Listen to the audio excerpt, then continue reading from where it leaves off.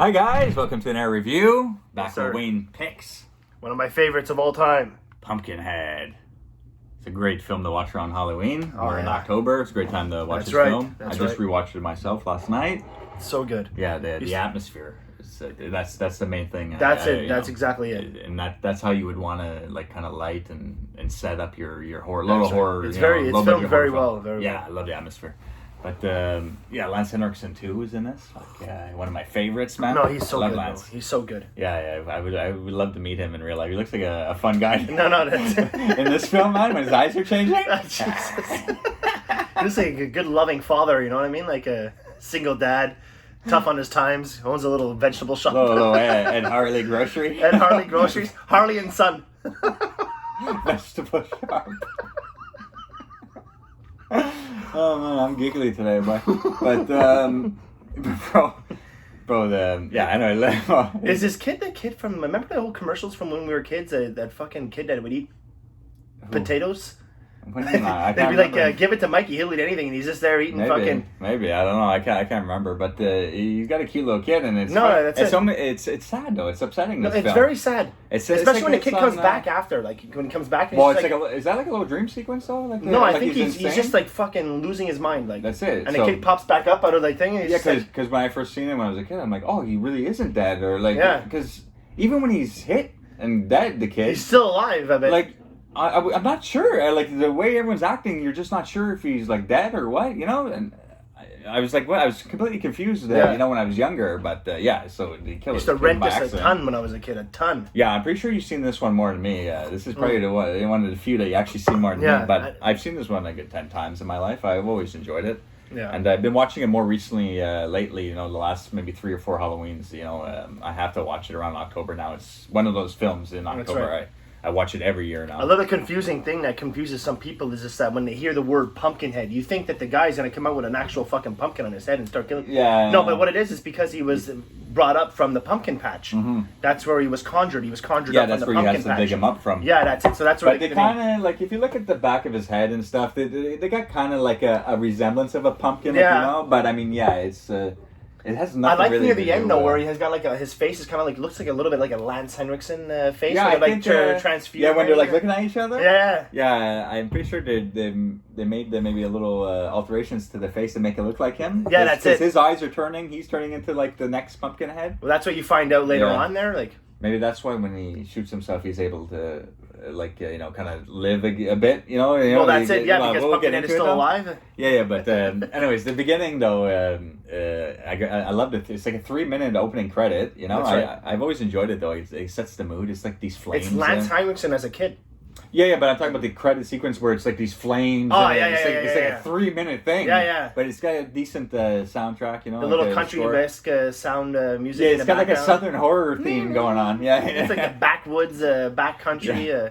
But after that 3-minute opening credits, then we head back to 1957 there, and we see young Henriksen. And, that's right. You know, with his dad and with mom, and he's a kid, and you know, so we're like, what the fuck's going on? Because everyone's like locking the doors. You can't go outside. Yeah, you know? That's right. Because I guess everyone knows this fairy tale kind of myth. Exactly, it's like a fairy tale demon that'll come back and like it's a revenge demon, is what it is. But if anyone, because it comes back and it goes for what it's supposed to go for. But if you interfere and help the person it's going for, that's right. You'll be marked as well. That's exactly it. No one wants to help anyone. They lock their doors and everything, that's right. And they wait until it passes, kind of thing. But he's at home with his parents late at night, and I'm pretty sure it's Dick Warlock, the stunt double for Kurt Russell. It could definitely be. That comes running at the door and is like, "Let me in, let me in." The guy who plays Michael Myers in Halloween 2. And like a lot of he does a lot of stunt work though, you know. Yeah. And we just mentioned him in the last review too. Right. That's why I saw him in the credits. I'm pretty sure it's that guy that's knocking at the door because it's kind of dark, you know. You don't really see his face. Yeah, that's it. But and he's all got blood on his face anyway, so it's even harder to tell with the dark and the blood. And Oh, and I forgot to mention, it was released in 1988 and directed by Stan Winston. I mean, legendary makeup effects, fucking notable for so many things. Yeah, T1, T2, Jurassic Park, the T-Rex. There, that's right. A Predator. This is his first movie, I think. Yeah, they gave him the script because they wanted him maybe to do the makeup effects, but he because it was a low budget horror film, he thought it was a good opportunity just to do his first movie. Himself, he did a great job. They did a great job. Yeah, I know, for a guy who doesn't make movies. For not like a Nolan director, you know what I mean? But I mean, Pumpkinhead looks top notch. That's it. This is why you don't do CGI. I mean, you look at movies like this, The Thing, and all that shit. I mean, it doesn't get much better. Right. So you stick with this type of stuff, you'll have a good movie. For sure. If they did a Pumpkinhead movie now, this would be CGI and it would look like shit. It'd be direct to DVD. It'd be a fucking piece of shit.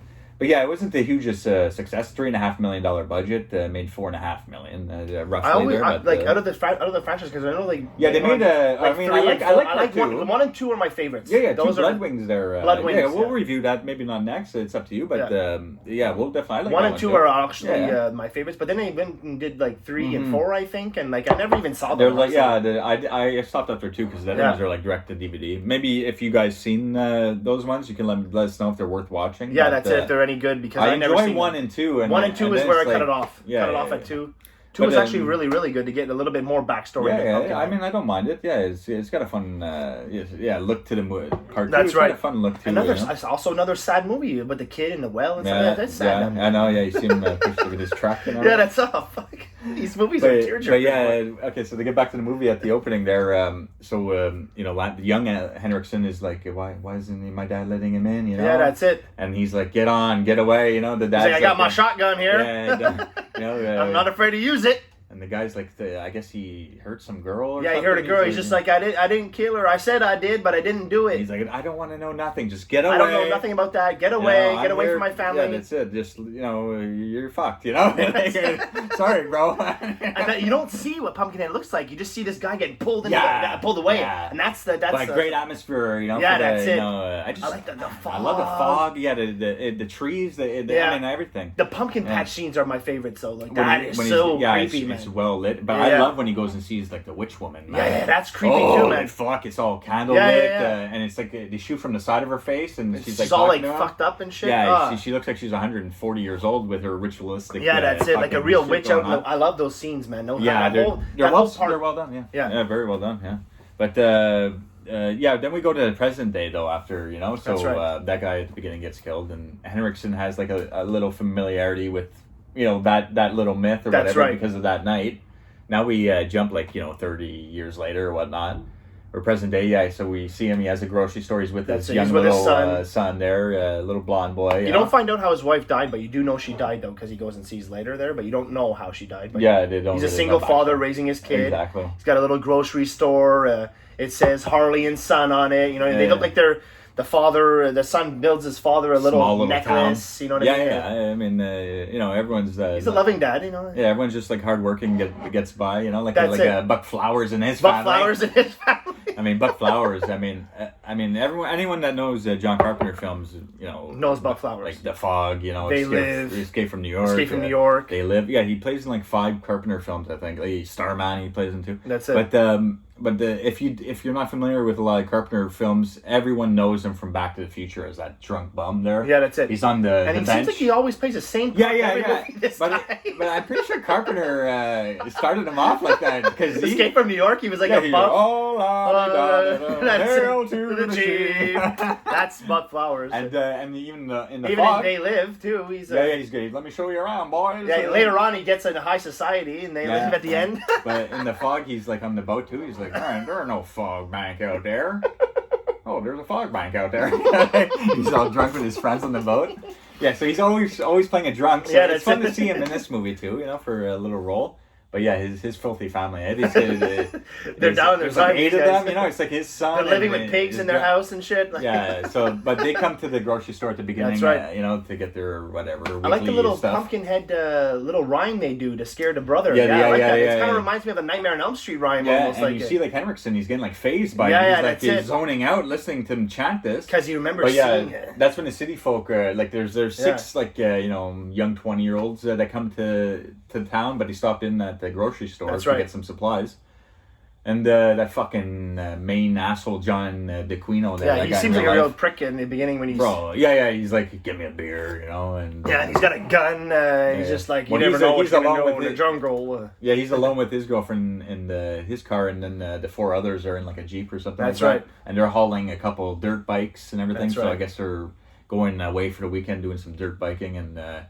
that cabin they go stay at, though, I'm pretty sure it's the same cabin in Friday 13 Part 4. You mentioned that to me just before. Yeah. And it actually kind of, honestly, now that I think about it, it really does. Anyone, go look at the final chapter, you know, with Corey Feldman, that little cabin he stays in with his family. Mm-hmm. And go watch the cabin they run and hide to after they hit the kid. That's right. I mean, I'm pretty sure it's the same exact cabin. The exterior looks the same, and that kitchen... and even the old shack on the side, like... Yeah, it could, because it's really dark, the shack, so that could be the barn, but but at least the cabin, I'm pretty sure they used that anyway, so yeah, pretty cool to see that cabin in there if it is from Friday the 13th. For sure.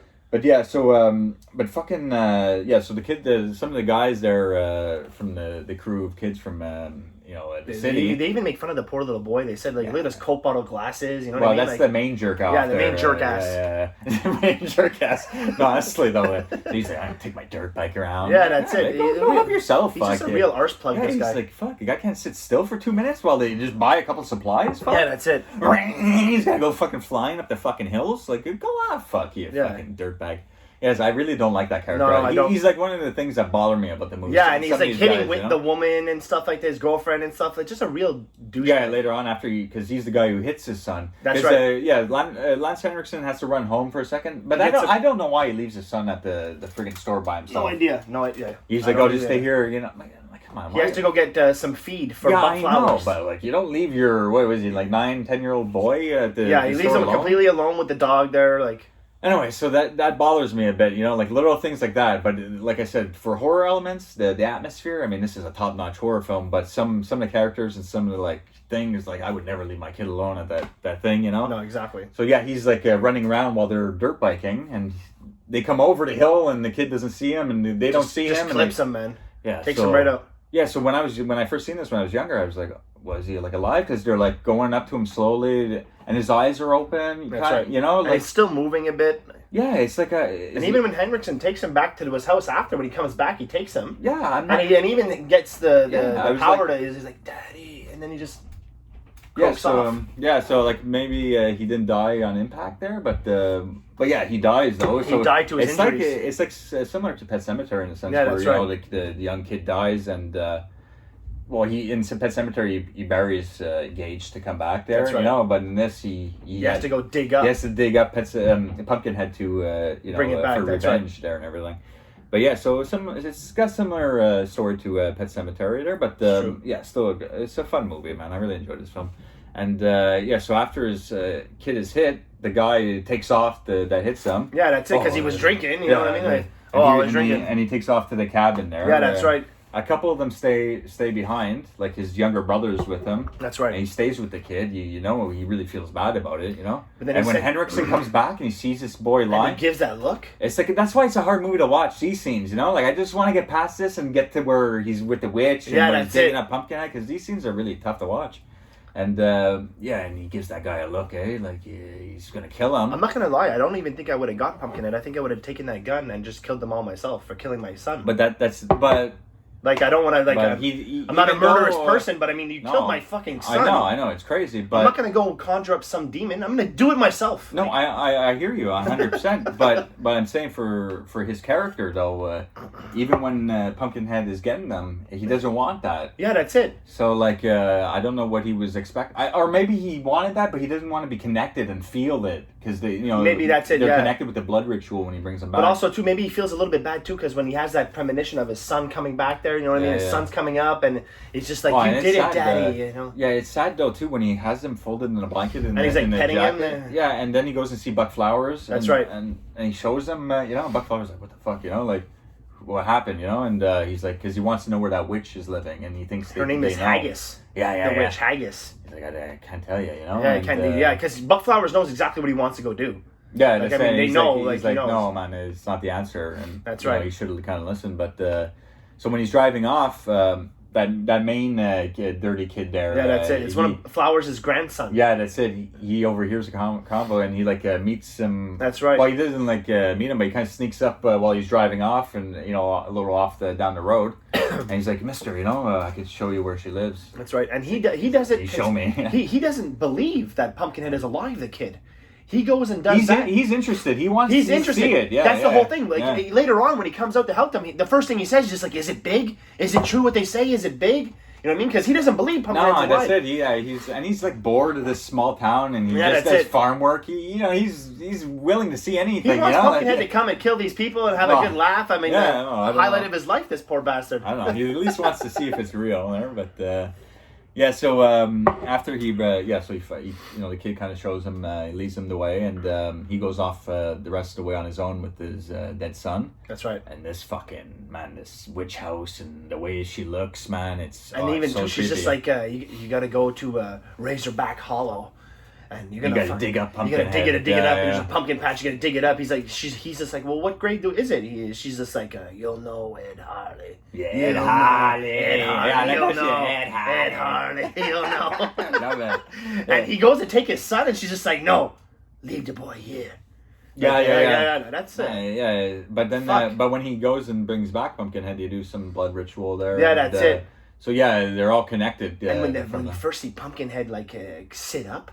Yeah, that effect is so good, man. It's so good. Man, this is the way to make movies. Yeah, and then he's fucking lazy ass CGI. He sits up, man. He sits up and then he grows into himself. It's so great. Man, this guy's 10 feet tall. Yeah, it's fucking creepy. What about that one scene where he grabs the guy's girlfriend and he's right up in the tree? Yeah, he's right up there, 50 feet up in the air. He dropped her like a real stone. But man, it's a cool shot because it's it looks like 50 feet away. And his hands are so long. Yeah, that's what you see. He grabbed her like this, fucking. He's pulling her away. I like how he kind of he grabs them and he's got a big tail too. This crazy bastard. He's got it looks like two peckers on his shoulders, eh? Yeah. Two big peckers sticking out. I don't know if that's. I like the effect that they give Pumpkinhead.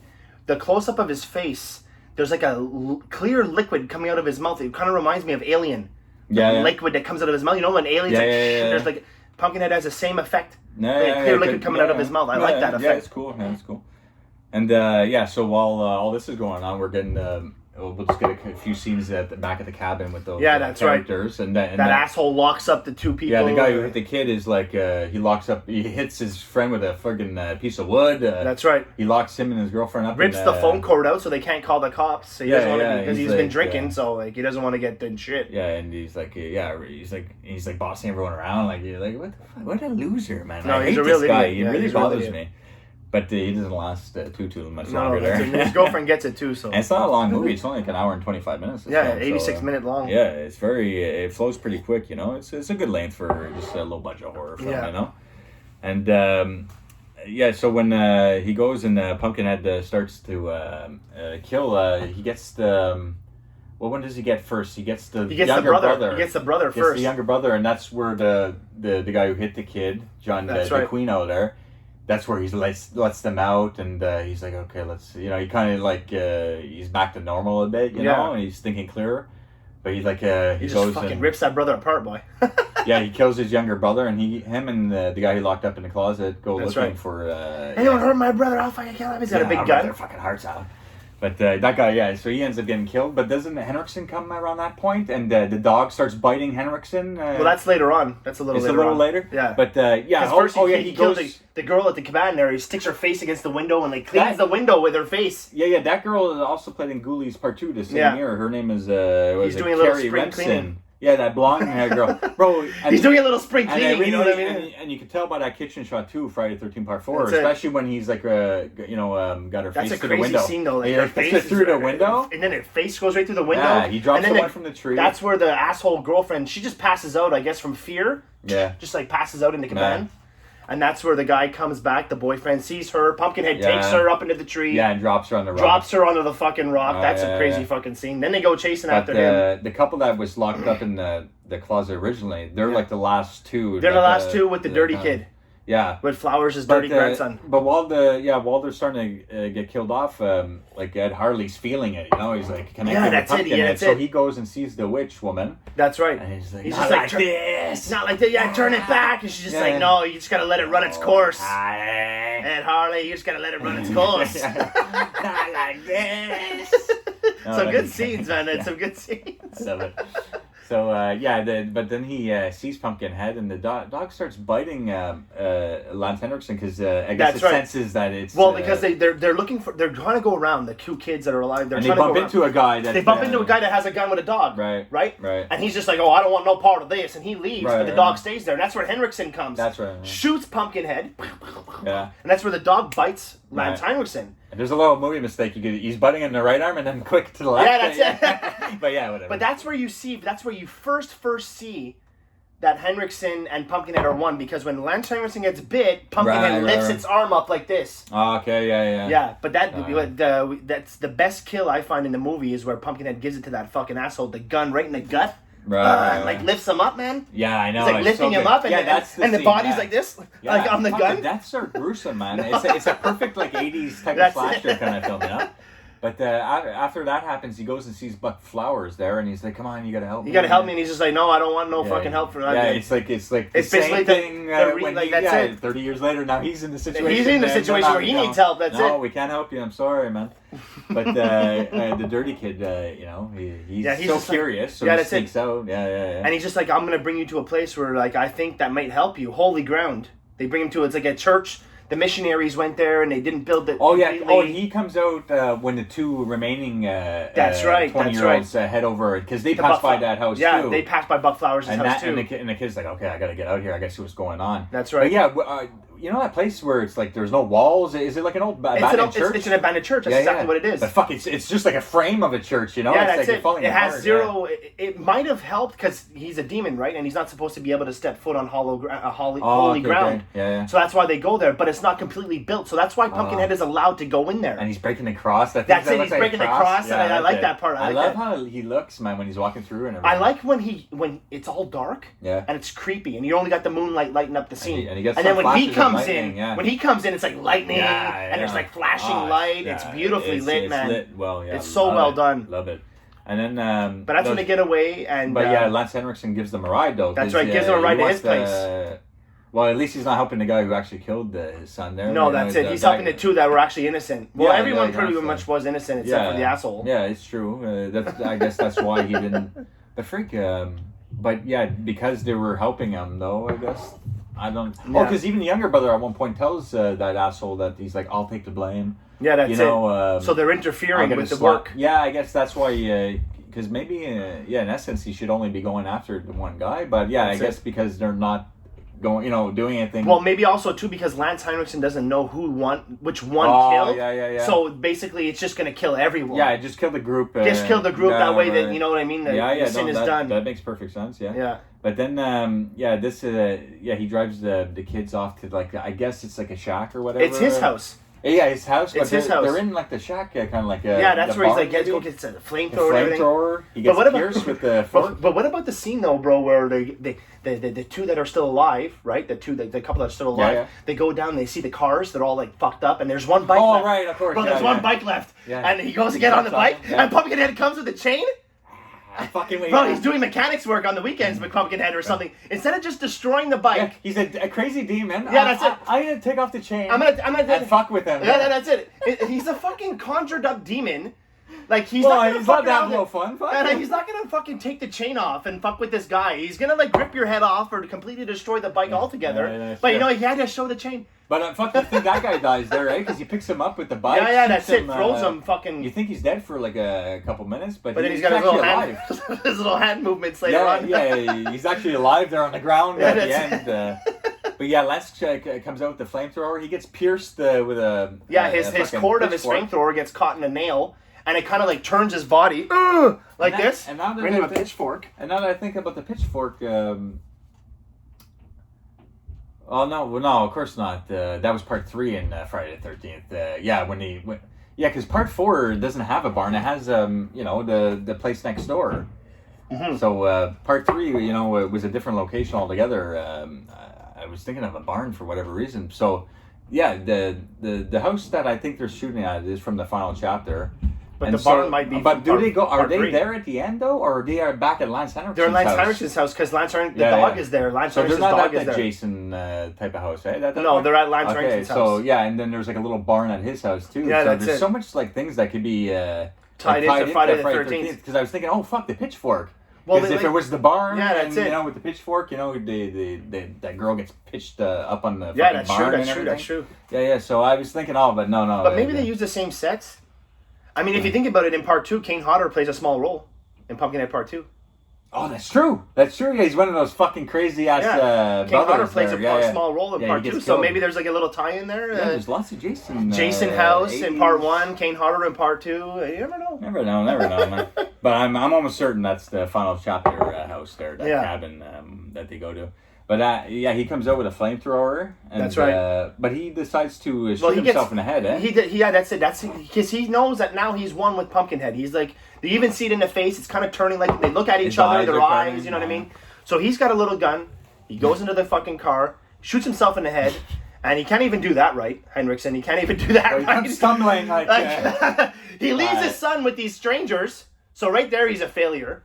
Oh. And then later on in life, I mean, later on in the movie... That's the country life, you know? You think everything, you sleep your He can't even kill himself, the bastard, so he completely fucks himself. Yeah, but like I said, maybe because he's like kind of connected with Pumpkinhead, so a bullet just couldn't kill him at that point. But she ends up shooting him. He comes back up, she shoots him, Pumpkinhead falls down. Yeah. Then he spontaneously combusts into flames. That's right. And now Lance Henriksen is going to be the new Pumpkinhead. Yeah, that's it. He's replaced. You see Haggis bearing him. Yeah. In that beautiful scene there, all lit up with the fog. He's going to take over. And you know that it's Henriksen too because of the little chain. Because at first you're not really sure, but then after they really focus in on that little necklace that the son made. Yeah, the son made. So you really know that it's Henriksen being buried in there. Yeah, his son made him a nice necklace at the beginning. Yeah. So you know it's Lance Henriksen being buried, but. He spontaneously combusts, so that one is, I guess that'll happen to Henriksen once his cycle is over too. That's right. If he ever gets spawned up, again. Well, I mean, how long is this woman going to live? She's the one that keeps bringing back Pumpkinhead, and she just can't be living on forever. She already looks like she's 110 years old. She doesn't have any apprentices or anything. No, that's it. She doesn't have any family members. Maybe she's going to take some of Flowers' dirty kids and teach them the ropes. Yeah, you never know. But that's pretty much the ending, though. That's right. That's right. So 2 of the 6 characters end up living there. The 2 that were locked up in the closet. That's right. So it's a good movie to watch around now. That's it. We decided that for Halloween we're going to do all scary movies. So I figured why not do one of my favorites? Yeah, some that we really love to watch around this time too. Yeah, that's right. And I know your next pick's going to be. We'll let you know, but I mean, it's going to be so much fun. So I know. I can't wait. Another good pick coming up in a few days there. So till then, guys, take care. Bye. Thank you very much. You're gonna get it, bitch.